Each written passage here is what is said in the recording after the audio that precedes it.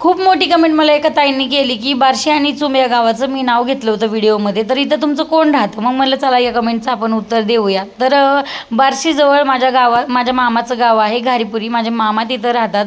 तर तसंच बार्शीजवळ चूम आणि धोत्र आणि अजून एक शिक्षकांचं नाव आठवते, पण त्यांच्या गावाचं नाव मला माहीत नाही. त्या 3 शिक्षकांनी आम्हाला म्हणजे आईच्या माहेरकडच्या आहेत म्हणून आम्हाला त्यांच्या लेकरांसारखा जीव लावला, खूप आमच्यावर प्रेम केलं. आजही माझ्या ते लक्षात आहेत आणि आजही ते आमच्या कॉन्टॅक्टमध्ये आहेत. तर चला, माझ्या मामाचं गाव घारीपुरी म्हणजे माझे आजोळ. खूप प्रेम केलं मामांनी आमच्यावर, खूप म्हणजे खूप प्रेम केलं. माझे मामा डिगा मामा, दत्तू मामा, दया मामा, पांडू मामा, धनू मामा, काका मामा, ज्ञानू मामा, मनू मामा आणि संदीप मामा अगदी माझ्या वयाचा. खूप आम्ही भांडायचो, खेळायचो, मारायचो, पण एकत्रच यायचो परत.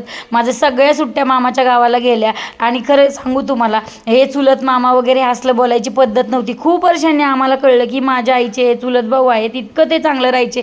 आमची आई म्हणजे आम्ही 10वीपर्यंत होतो त्यावेळेला आम्ही कधी भांडलो तर म्हणायची, आम्ही नाही बाई तुमच्यासारखे बहीण भाऊ, आम्ही लई चांगले बहीण भाऊ आहोत, तुमच्यासारखे आम्ही असलं भांडत नाही आणि आम्ही असलं बोलतही नाही. खूप खूप म्हणजे खूप माझ्या मामांबद्दल वर्णन करण्याला माझ्याकडे शब्द नाही आहेत. खूप चांगले माझे मामा आहेत आणि सगळ्यांचेच मामा तितकेच चांगले असतात. मामा म्हणजे आईकडून मिळालेली, आईच्या माहेरकडून मिळालेली असीम संपत्ती असते, हे कोणी विसरायचं नाही. बरोबर आहे का नाही? चला, तर बार्शीकडच्या भागातली ती लोकच खूप मायाळू आहेत. चला, तर मग तुम्हाला तुमच्या कमेंटचं उत्तर मिळालं ना? जय संताजी मंडळी.